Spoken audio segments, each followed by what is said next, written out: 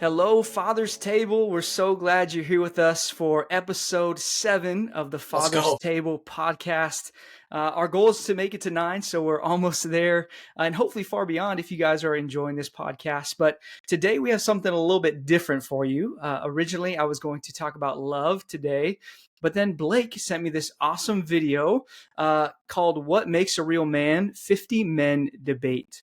So today we're going to walk through some of the questions that they talked about in the video. But just so you guys have a backstory, the premise of this video was they had one trad man, they called him, or traditional man, and one progressive man, and they were given a topic, and they had to come to a common ground on this topic. It was a topic that they disagreed on, but they had to come to some sort of a common ground. So I thought it'd be fun if we tried this today. Blake, we're going to find out today for traditional men, for progressive men. But we're just going to talk about our experience, our background being in Christianity, and how these questions play into that. So I Yeah. think it's going to be fun. I will say this. If you're listening to this episode, just know everything we say is one, in love. Two, some of it is going to be formed in our opinion. We're going to try to stay away from that as much as possible. We're going to try to be as objective as possible in these questions. And we're going to just try to tackle the hard questions because I feel like we don't always talk about these things enough. Yeah. They're there, they linger, but we don't talk about them. So today we're going to get a little bit uncomfortable and we're going to talk about it. So we're going to just hop right in here. We're going to see how many of these questions we can get through. The first question that was asked is, should it be socially acceptable for men to wear skirts? Blake, I'd love to know your opinion on that. Yeah. And to your point, there's two things that I wanted to say too at the beginning of this is one, we are not experts on this. So like, I don't have like studies and all this stuff to back it up. I'm sure I could go do some crazy amount of research. I don't really want to do that, quite frankly. I mean, it's stuff that's important. But I think in this context, I just haven't had time to run through that. So like, we're not going to be throwing out numbers and statistics and things like that. But in the video, there was a lot of good dialogue back and forth. So maybe we can link it and you guys can go check it out. I thought it was a really good dialogue. And I think it's really important that, especially in this time that we're in, where there is, strides towards censorship and division in those censorships. I think it's important that you open up dialogue. And especially when you open up dialogue with the opposite side, other viewpoints as you. I think Chance and I probably align in most things. So it might look a little different from this context, but I think it's important to find those spaces and times to do it and be open to hearing the other side. Now, with that being said, my answer would be no in the context of America.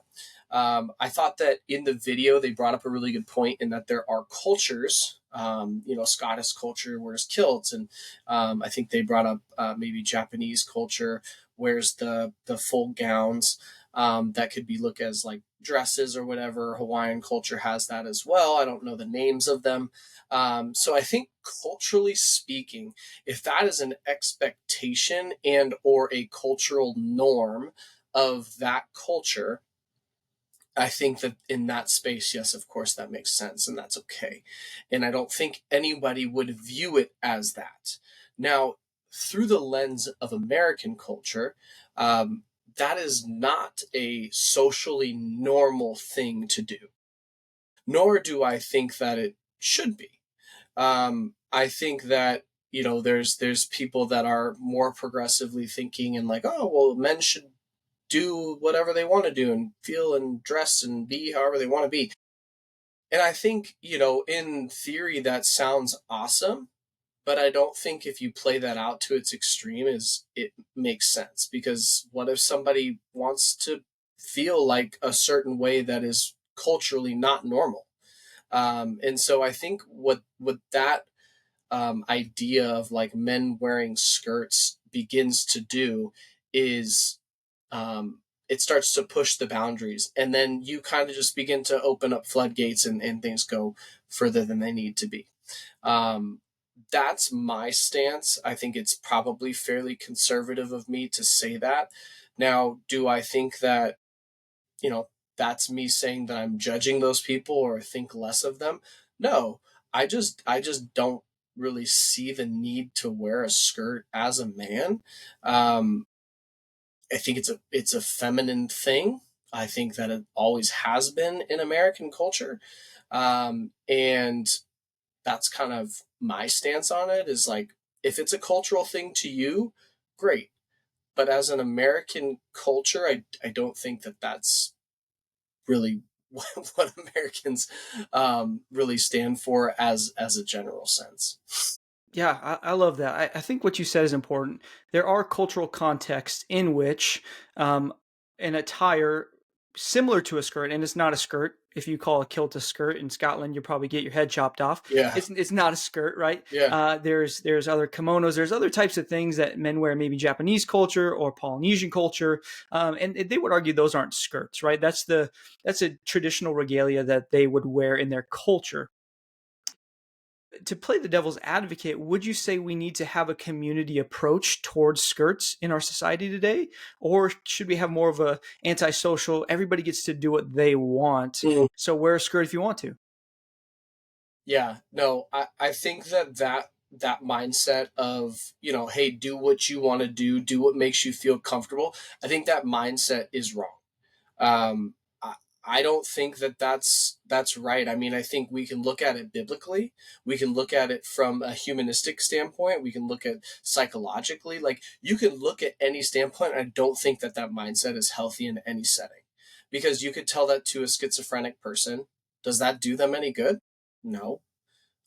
You can think about children, right? They have this imagination and they have this thought of the world, but at some point they have to grow up and learn that it's not actually that. And they learn through life experience, they learn through people telling them and different things like that. I think you look in any context, I don't think that, hey, live how you feel, or hey, I feel like this. I don't think that's the right way to be living, because it's just not reality. You're not living in reality. So I think, to your point, I think the community approach is really important. And I think what you mean by that is a set of boundaries and guidelines that people agree to on a general sense, and you live to those standards. Because if you take those types of ideas and those thoughts to their extremes, then you get people that are doing all sorts of crazy nonsense that we see now and have seen in the past. And so, if I wake up today and feel like I want to go and murder 100 people, that's not okay. And I know that's an extreme stance, but you give an inch and people will take a mile. And I think this is one of those things that is just going to continue getting further and further and further out there. And at some point there needs to be a boundary, and that's one for me, as I think that, like, what's the need? Also, I'm like, what is the need? Why do you feel like you need to dress that way? Yeah. That would be my question. As we talk through this, I don't think the skirt is the issue. Right, the skirt plays a part in the issue for sure. I think a larger part of it is how people are expressing their sexuality, if you will. For men, like there's a lot of celebrities on TV that are men that are wearing skirts and dresses and all these things, and they're trying to portray a um, more feminine sexuality. And I think that messaging is so confusing, especially to young kids. When they see somebody on TV, when they see a man dressed in a dress or a skirt, and they start asking those questions, right? And then it dives deeper into, well, why are they doing that? And then, well, they're expressing their femininity. What does that mean? And those are conversations that we should be having, right? As parents, we shouldn't be afraid of those conversations. But I don't think the skirt is necessarily the issue. I think the issue is what men are trying to portray through wearing that For skirt, sure. and then what it leads to later on down the road. This is just from personal experience, having a family member who it started off with, hey, I'm just going to grow my hair out. And then it turned into, I'm going to dye my hair. And then it turned into, hey, I'm just going to get nails, or I'm just going to paint my nails. I'm going to get nails. And then it was this snowball effect to where, hey, I'm transitioning into this specific gender. Now, we're not going to get into all of that, but it's not the skirt necessarily, but I think it's what the skirt can lead to. And I agree with you. 100%. I think there are certain societal norms that every society has, and I don't think that's a bad thing. And I don't think that means we should put people down. But there are standards that in society, like you said, that we hold to.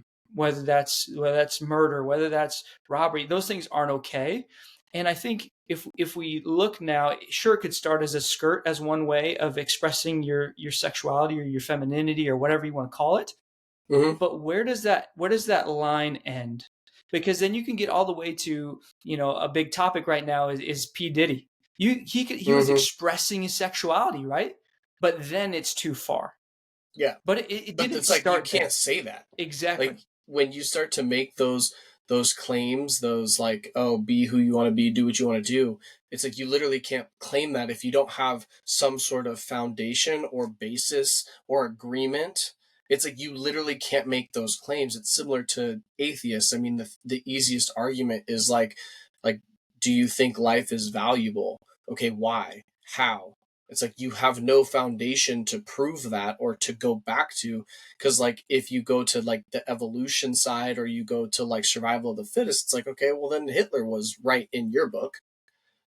And so it's like it's to your point, it's not the skirt, because it's like I've seen plenty of guys wear skirts. I'm not like calling the cops and like so offended by it. It's just I know what that means and what that leads to. You're not doing it culturally to, uphold this 1,000-year lineage. You're doing it to make some sort of point. And where is that point rooted in? Well, Yeah. it's probably not rooted in something good.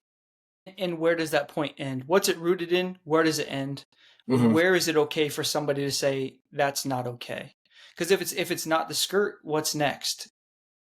Yeah. And where do we draw the Yeah. line? I mean, yeah. And like, I think you would just look at the fruit of the people that are pushing this. And I think one thing that stands out pretty prevalently to me is I do have a friend that's very high up and involved in fashion, and he has done shoots for other people and for himself where he is wearing a skirt, and I know that it's like a fashion thing right now, but I think that's also in its own lane and silo of fashion. I mean, fashion does all sorts of crazy stuff that you don't see on the mainstream, but you do see skirts out in like just in the neighborhood. In fact, I was just in Arizona, and saw someone out walking around with a black tight leather skirt, and it was just like, all right, we're doing this. And so, in that person didn't portray um, cultural, like it didn't come from like a cultural thing. It was something else, and you can see it, and you can kind of know where that root is. Yeah, and I think this isn't maybe something we need to jump into right now, but I think this could lead into right now in the NCAA. There's a big push for only women being allowed in women's sports. But I think this, again, like this is the entry into that. So it causes bigger problems later on down the road that we're starting to see now, where women are feeling like they can't compete in their own sport in athletics in college because men are saying, hey, for whatever reason, I couldn't make my team. I wasn't fast enough, strong enough, whatever. So I'm going to go try women's sports. And I think that's too far. And I think, again, like this is just an entry into that. And I think that's why I stand on maybe the side where I don't think it's appropriate. And I think we should have certain community approaches to these sorts of topics because Yeah, of the potential of danger of where they could lead. yeah, for sure. And the whole point of this video was to find a middle ground between the trad men and the progressive men. And on this topic, there was no middle ground found, which was not surprising to me. On Not at one all. side, it was like, hey, no, there should be some sort of standard. On the other side, it was no, whatever you want, wear whatever you want, you do you. So, next question, Blake. Does society need more trad wives or Mm. girl bosses? Hmm. Yeah. No. I thought this was a good question, and unfortunately, I didn't feel like the guy that was on the more trad wife side did a good job of kind of explaining it. And not that I could do any better in the context either, but as I was kind of watching him talk through it, I think that there is a place for girl bosses in our society, and I don't think that that is what he was trying to say.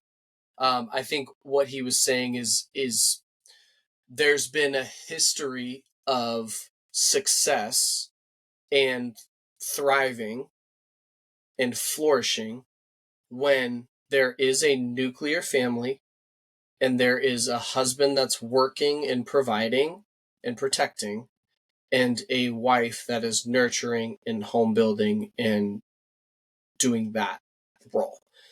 And I think where our culture has kind of gotten out of whack is when those things obviously are broken. And I think it doesn't even start with whether or not a woman could be the bread maker financially. I don't even think that, I think it's important for a man to provide and protect and be that for his family. But I think that can look at a lot of different ways. And I think there's definitely a place for women in the workplace. Um, but I think that it kind of goes to the principle of it, where is there someone that's home, or is the woman's pursuit or the man's pursuit in that scenario, same thing, is that taking both parents out of the house and kind of disrupting the home culture?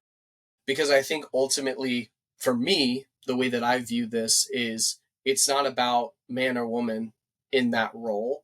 It's, is your family taken care of? And I think that it's really hard to do that when both parents are out grinding and hustling. I think that in my world, it's been more traditional in that I'm the provider and Christina is at home with the kids, and that works for us, and we've been able to thrive, and we love what we do, and I'm blessed by that. And I think women are blessed by that too, that choose that role. Um, but I think ultimately it kind of boils down to the family: is, are you taking care of your kids the way that they need to be taken care of? And maybe that means cutting some things out. Maybe you can't take extravagant vacations. Maybe you can't have top of the line cars. Maybe you do have to drive used cars, and you can't buy all the newest, greatest technology. Um, but I think ultimately it boils down to, is your family taken care of in that setup? And so I don't know. My answer might be a little bit different. I think ultimately, it just, for me, it just, this idea boils down to, is your family taken care of? And if they're not, then nothing else matters. Absolutely. I think your family being taken care of is huge. I think for me, this question goes beyond the social acceptance of work and women working versus the man working in that part of the household. I think this is more of a mentality question for me. Um, in my context is very different than yours. My wife, she still works. She works from home. She takes care of the kids. She's a saint. But She's a G. I have not, as far as being the sole provider, like I haven't been that ever in our marriage, right? I've been in pastoral ministry, I've been in other roles. I've never been the sole provider for our family. But Gracia doesn't have the mentality of what I would call a girl boss mentality. Was, I'm going to do this myself. I don't need no man.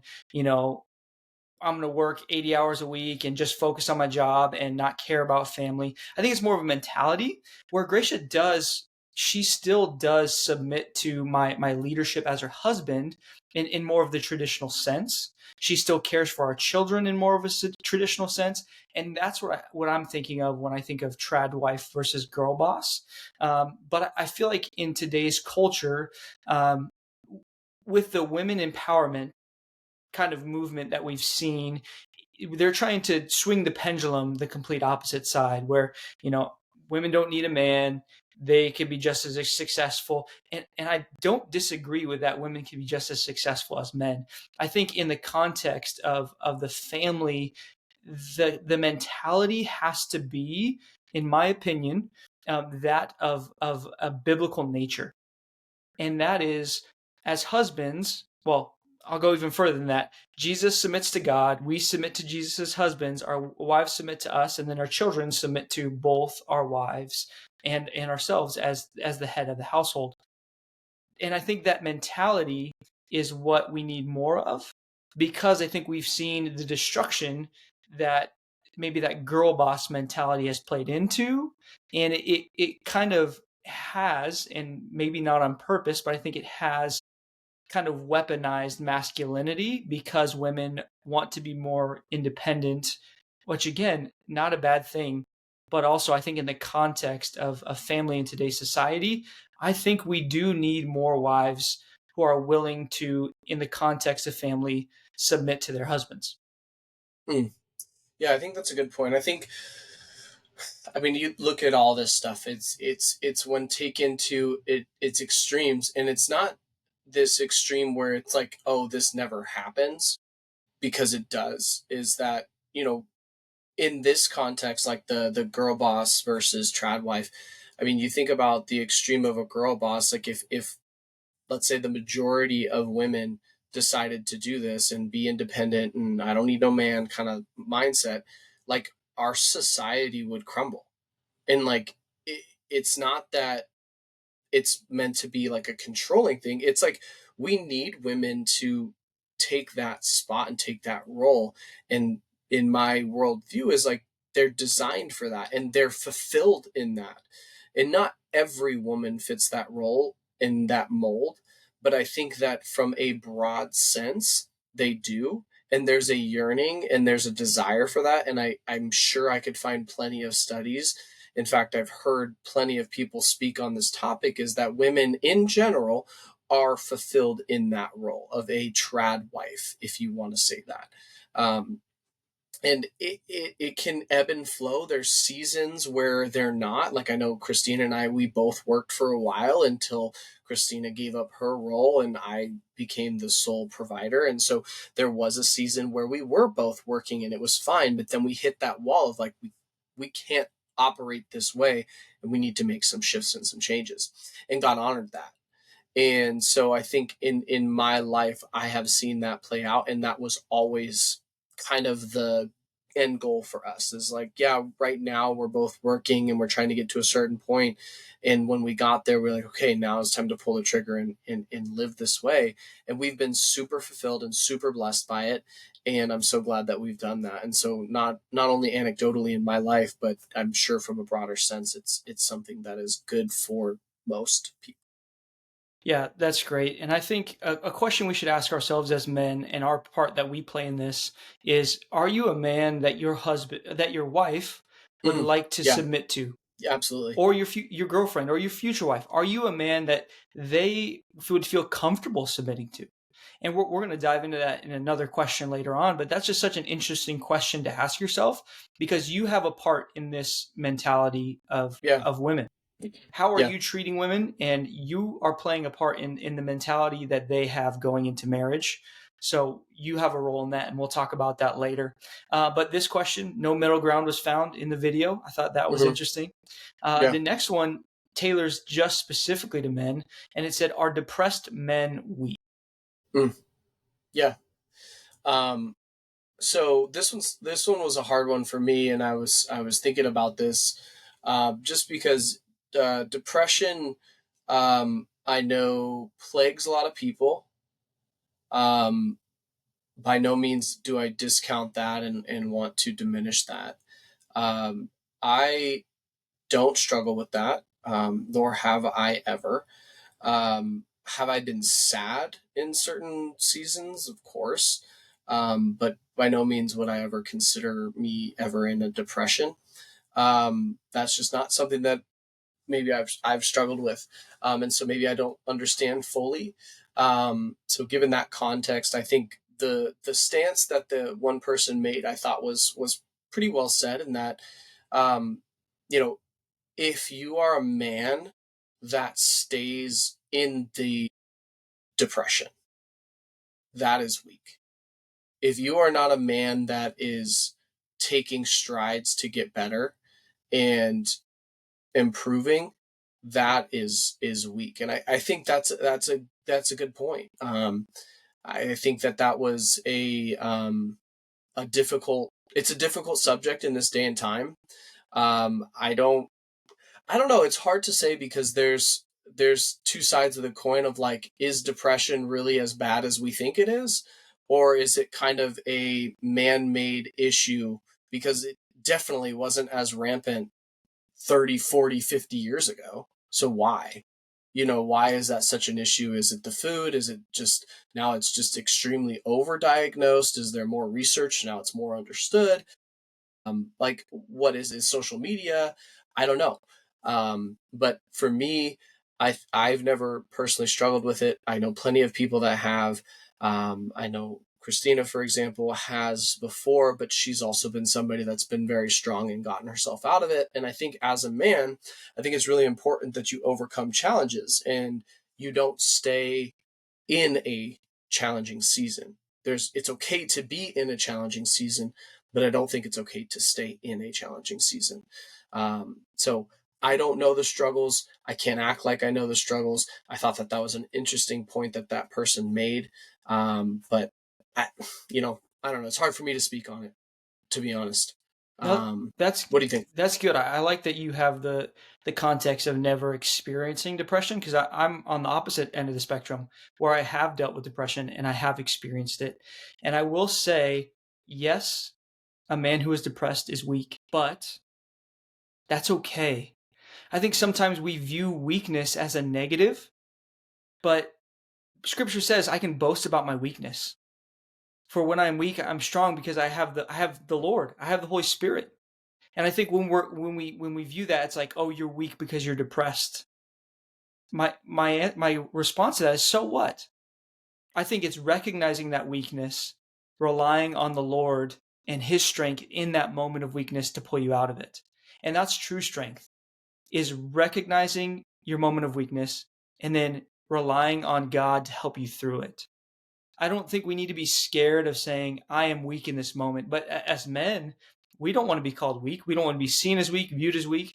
But I know in my seasons of depression where it's literally debilitating, like you don't want to get out of bed, you don't want to do anything, that's not strength. And it's okay to call a spade and say that's not strength, and to say that you are weak in that moment. And it is okay to rely on the Lord. It is okay to rely on friends or family to help you through that situation. And you seeking help in that is strength. So, yes, in my opinion, it is weakness, but weakness doesn't have to be a bad thing.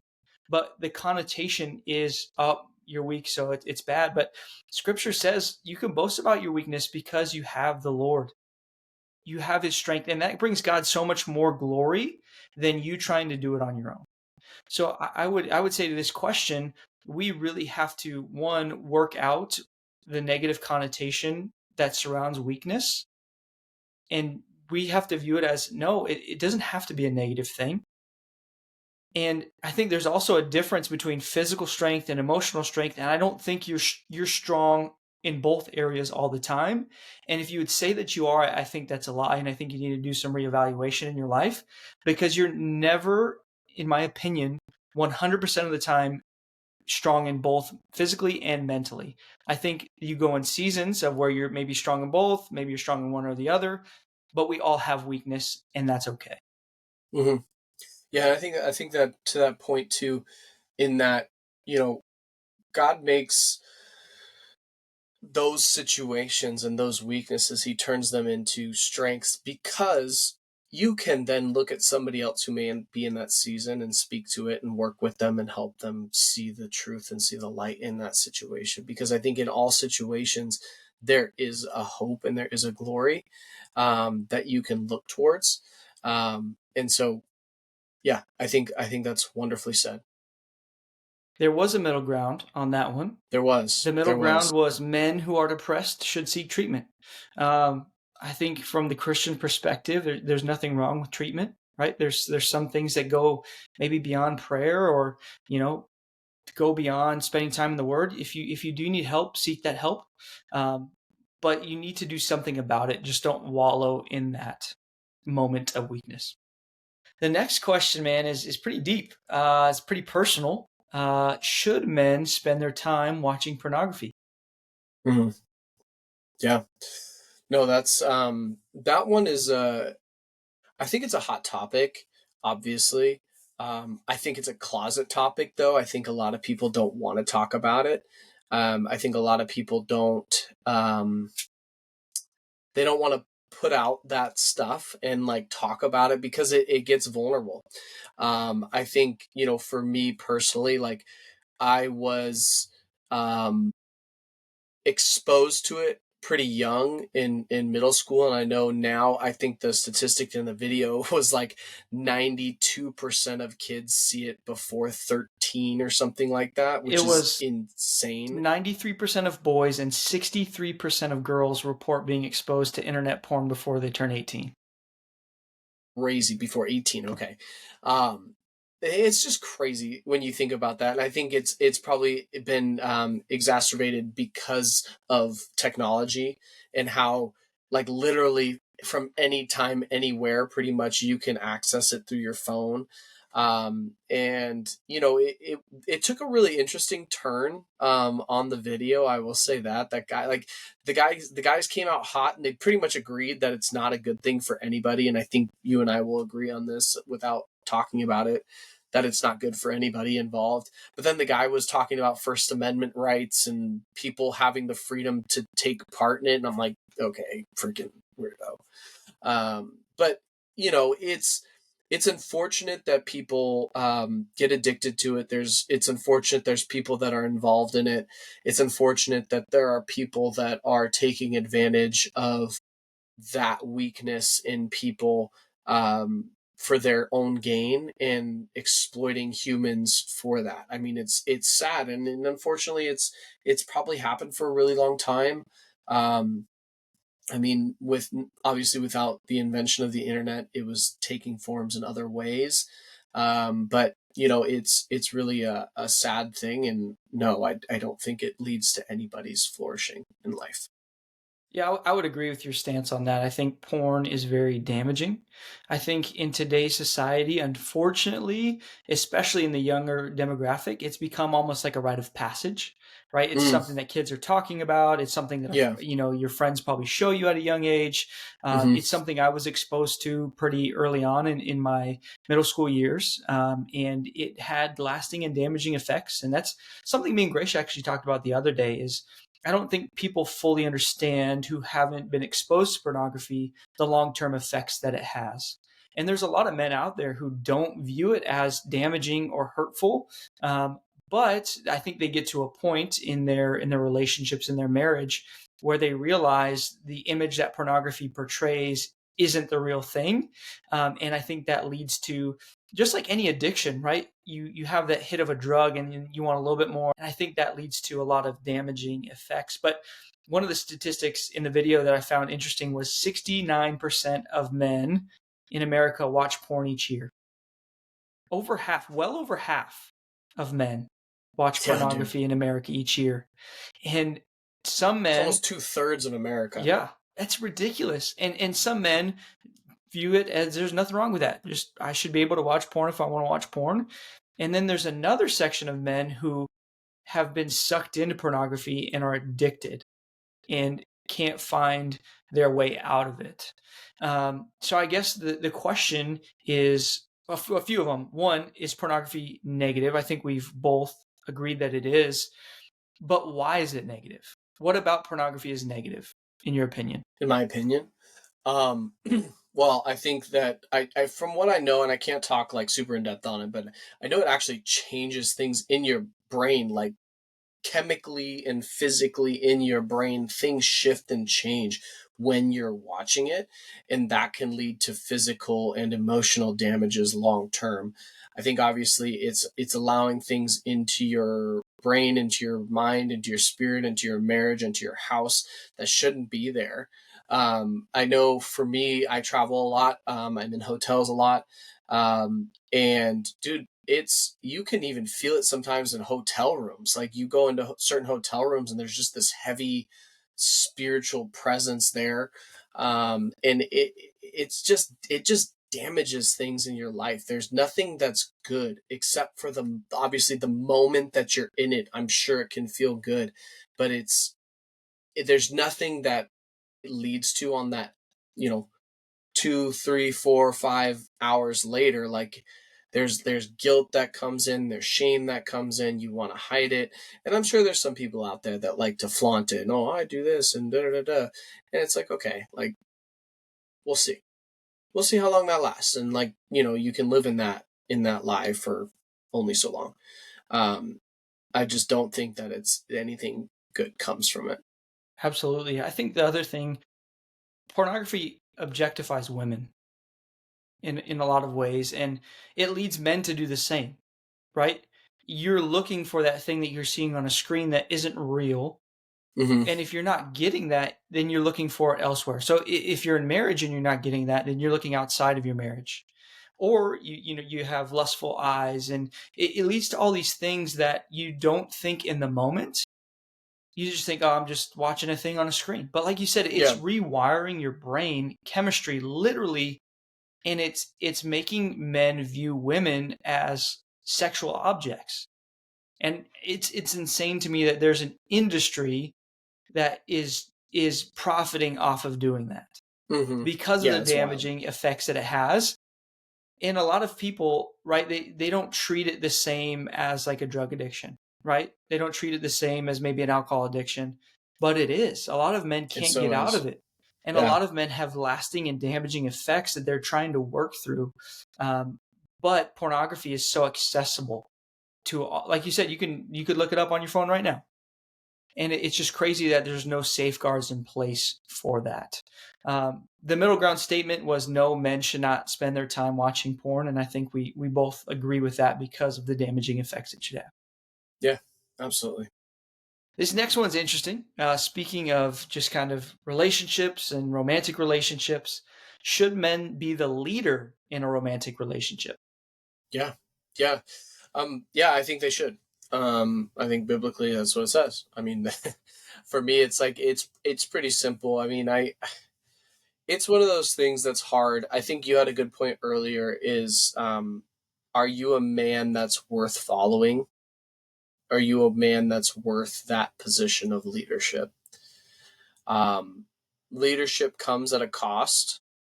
Leadership comes with people looking at you and following you. And to me, one of my favorite quotes is everything rises and falls on leadership. And so I think that it's really important that men take that role seriously at all times.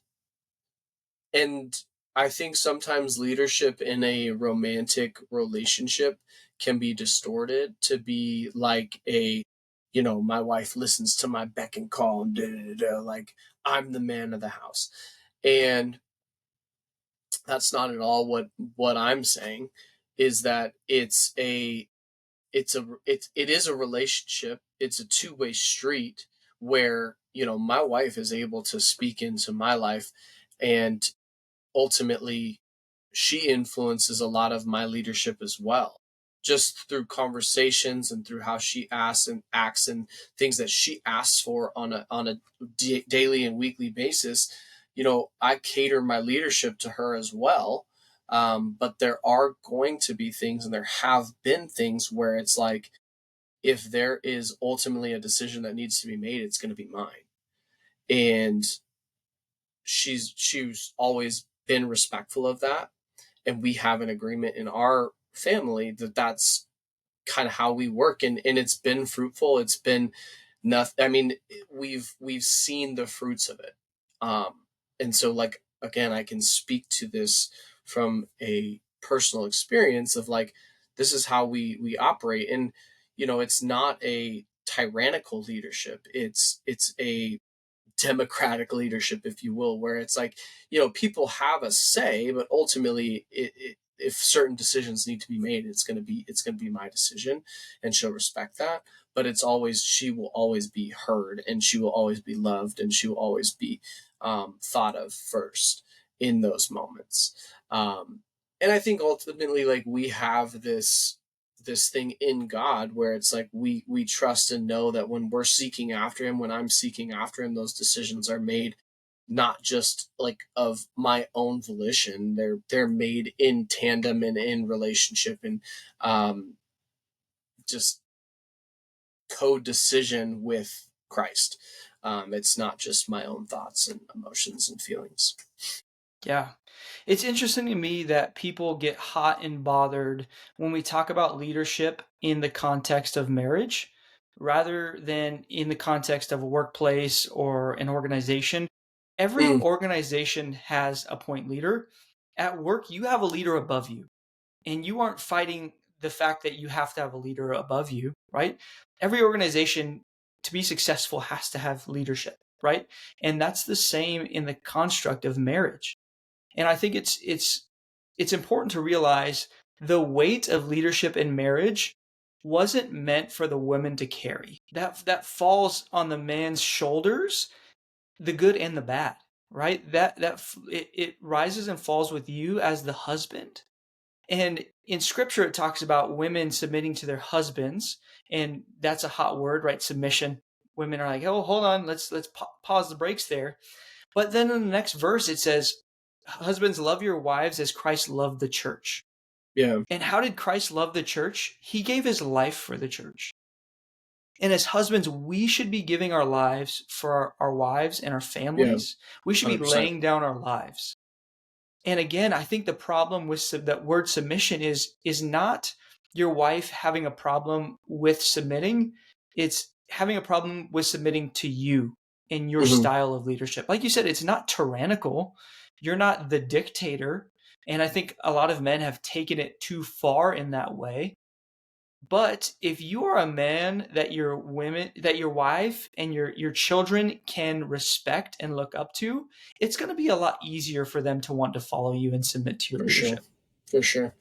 Christina told me this one time, is like, into your point of like the kind of the fault lays on us, and like women weren't created for that part of the relationship, is that, you know whatever happens, like, she's not going to have to answer for it. She has to answer for her part and her role, and the things that she's held accountable for. But ultimately, that the other stuff is going to be on me. And so she said that early on in the relationship, she's like, "There's going to be things like I don't necessarily have to answer to that, because that's going to be a you call. That's going to be a you decision."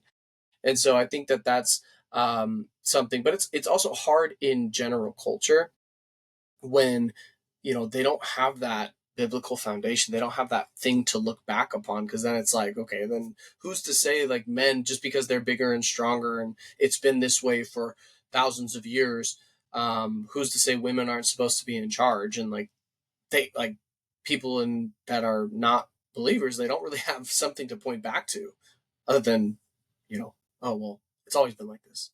It's like, but like, we actually have the foundation. Yeah, I think just from my personal experience, a practical thing to point back to, I was in pastoral ministry, and just seeing the nucleus of a family when a husband was absent, that wouldn't step up, that wouldn't take charge, that wouldn't lead, the damage and destruction that led to in the marriage and in the family unit. I would say 95% of the time where a woman stepped up and led, we saw divorce, we saw problems with infidelity, we saw a lot of different issues based on just conversations because the man was absent. And I think as Christians, that goes all the way back to Adam, right? He didn't step up and lead. Eve stepped up to lead, and she took charge and she ate of the fruit, and the damage and destruction that caused is still here today. But the interesting point of that is it's not called the sin of Eve, it's called the sin of Adam. Because Adam didn't lead Neglect. Eve. Adam didn't lead Eve the way he should have, the way God had intended him for it. And like you said, to your point, he had to answer for that. You know what's crazy though is like they both had to answer for it. Like Absolutely. she like I don't want to say punish, like, but essentially like they both received some sort of punishment through their actions, through what happened. And so I think, like you could get all into some crazy stuff. You could talk about generational curses. You could talk about all sorts of things, like even like deeper spiritual things of like allowing certain spirits to come in when you're an absentee father. Not even just like you're not around, but like you're not awake. You know what I mean? Like you're not paying attention to what's going on. You're not addressing things. I mean, gosh, dang it. I saw some crazy stuff just in my life with families, and like seeing what can happen in those scenarios. Even just in the church context. I mean, I've seen some crazy stuff happen when certain things are gone unchecked, or swept under the rug, or just turn a blind eye to certain things. And I think that can take really, really devastating effects on a family. Yeah, I agree. The middle ground statement for that, it was, I don't know how I feel about this. If a man is failing in his leadership role, then a woman should be able to step up. What do you Yeah, think about that? no, I mean, of course, I think like in that context, I think about like an absentee father, maybe someone who's just not around, or someone who is single mother. I think of those situations, and I think those are unfortunately a reality. But no, I don't think that's right. I would agree. I think in a lot of cases, unfortunately, women have to step up. Yeah, for sure. I don't think that was Shouts the out to those women. exactly. I don't think that was the design. This was my own situation, right? My mom, a single mom of three kids, like Yeah, she yeah. had to step up, but we weren't thriving, right? We weren't living necessarily in God's design. She shouldn't have had to step up in that moment, but she did. So I think I don't necessarily agree with that statement. I think unfortunately women do have to step up sometimes. Yeah, they sure I do. don't think that again, I don't think that that's all on the woman. I think a large part of it's on the Mm-mm. man. I think that's No, that's absolutely. our our choices Yeah, and the way we treat women, the way we lead women, the way that we portray the love of Jesus to women, and our lack of doing those things, I think, yeah. unfortunately, cause those women to have to Men, step the up. men are most accountable Hmm. in this scenario. Like it's on the man Yep, to be a man, to to step up, to lead, um, to be there. And unfortunately, we live in a day and age and in a culture where that's men aren't held accountable, and it's sad. It's really sad, and you're seeing it show up in all sorts of ways now. I mean, I think a lot of the issues that we see in today's culture, you can point it back to men's failures as leaders across the board. absolutely. All right, last question. Is misandry or is misandry more allowed than misogyny? Just a definition for those of you like me that doesn't know either of those words, what the definition is. Misandry is hatred, dislike, or mistrust of men, and misogyny is hatred, dislike, or mistrust of women. The question is one more allowed in today's society than the other? Um, I mean, I don't know. I, I don't, I don't know. I don't care. I'm just like, it's, I do care, as I didn't mean that, but it's just one of those things where it's like, yeah, you hear the whole, like, even to our earlier prompt of like girl boss, and like, I don't need no man. And, I've heard like you look at the women's rallies, and a lot of it's like anti-man, and all that stuff. And I think that, it's coming out of a place of anger. I think it's coming out of a place of being let down by men over and over and over and over again, and men's lack of responsibility and lack of care, and intentionality with their role in society. And so I can understand it. If I had to answer the question gun to my head, I would say probably misandry is probably more accepted now than misogyny, just because, everybody probably would agree is like, hatred and dislike of women is not okay. Um, and I think, most people could point to a lot of men that have done terrible things, and that's what they think of when they think like, okay, I hate this guy or I hate this person, and usually it's some figurehead, some man that made some colossal mistake. Oftentimes you don't think of women in those roles, and I think historically there hasn't been as many opportunities for women to be in those roles of authority and power, and having things crumble underneath them. I think a big one that I think of is like Martha Stewart, and hers was like a mistake of like day trading kind of.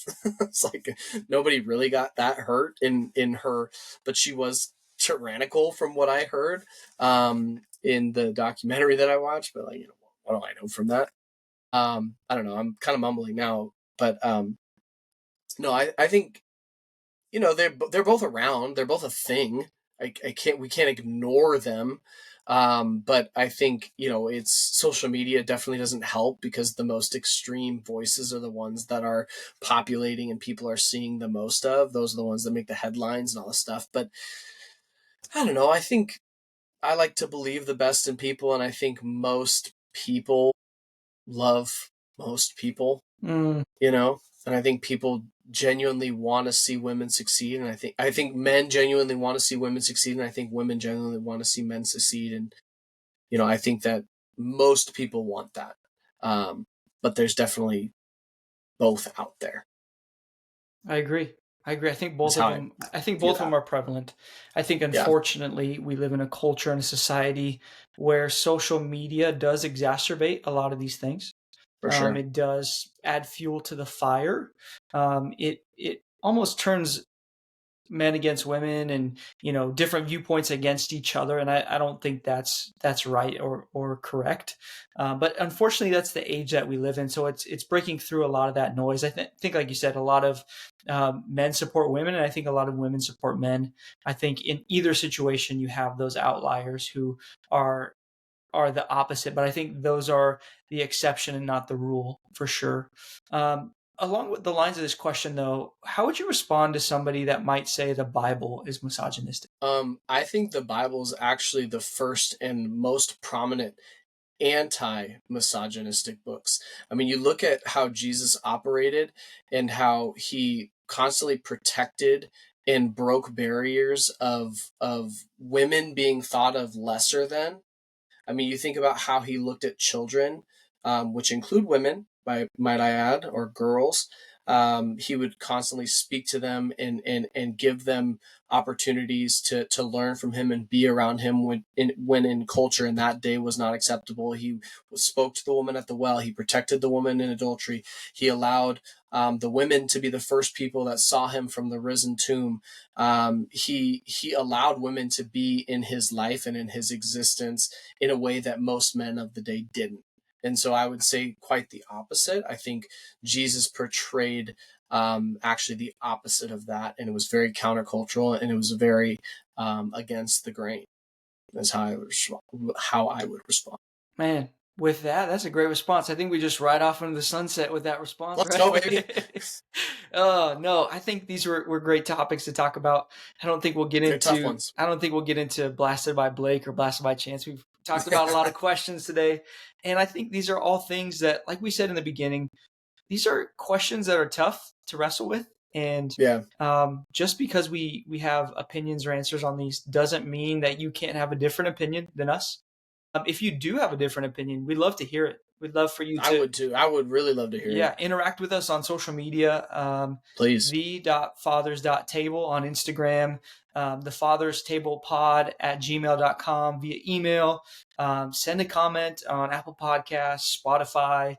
Give us a like. We'd love to interact with you on these questions. And if you have any other tough questions that you would like to hear us talk about, let us know. We're going to try to be bold and brave in tackling the tough stuff, because I think that's how we get to the core of just biblical manhood and masculinity and what that means. And that's something that we're exploring through this podcast. So, yeah, reach out to us. We'd love to hear from you guys. But with that, we're going to ride off into the sunset. Let's go.